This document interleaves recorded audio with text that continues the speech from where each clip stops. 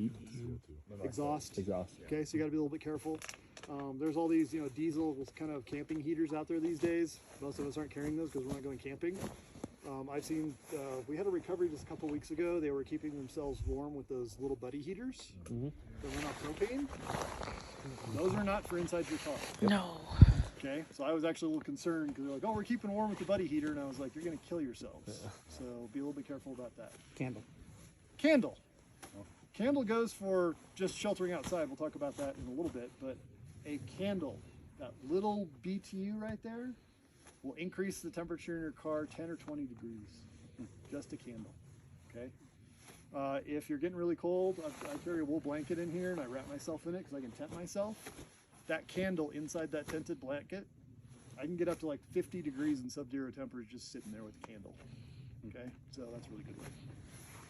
I have another thing though. By the way, this goes, I've got one of these in my wife's car and one for me. Glow sticks. Yes. Okay, these are kind of handy, a little chem stick. You get just enough light in your car so you can see what you're doing without a flashlight and a headlamp and all that good stuff. Not just for raids. Not just for raids. Not anymore. I kind of prefer this for what we're going to show, but I'll decide. I've got my typical match stuff in here. I've got some TP in here. It's twofold. It's for the heater I'm going to show you and also in case I need TP. Little emergency weather radio. This is hand generator. So I don't need to have my vehicle stuff on. I can turn this on and listen to the weather and all that kind of stuff and hear what's going on. I do have a headlamp in here. I have spare batteries in here. We're getting into fire starting, sorry. I carry like 8 or 10 sticks of fat wood, some hemp line for starting fires. And just for giggles, I've got a couple of these Duralast quick light cubes, so if I need to use those, I can use them also.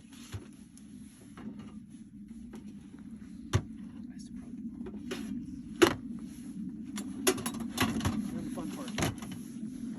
Metal coffee can, this size. Take a roll of toilet paper and take the cardboard core out. Stuff it in there. Okay. That's also what my spare toilet paper is in case I screw this up. You can see I flash burned it a little bit yesterday and I was playing with it. Any particular brand of toilet paper you recommend? 2-ply, single ply? The more papery paper you can get, the better. You don't want to get the stuff that's got like aloe and shit in it because that defeats the effectiveness of the alcohol.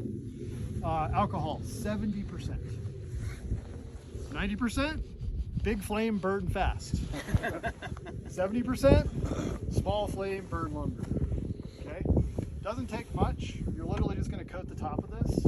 It's like this turns into an alcohol wick, basically. Right? So it doesn't take much, just a little. Need to make a sound. Yes. Otherwise, it doesn't coat properly. Yep. Right. And then let's go over here in the wind brakes. Can you see the flame? Okay, so Can't see it. Come on over. So Put your hand over it. I can see it. the flame not being visible is one hazard Yes. of this method. So Come feel how warm this is. And your can warms up too. You can hold the can. Yeah. Only the top of the can gets hot, which is great because I can set this on my center console in my rig. If you put too much alcohol in here, you'll get flames up to here. Yeah. But even so, that heat is just right here. This will burn for like 20 or 30 minutes.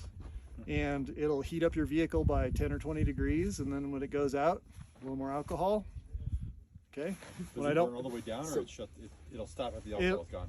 When the alcohol's gone. Okay. And when I don't want it running anymore, blow it out, let it cool off, put the lid back on. I'm ready to go for the next time.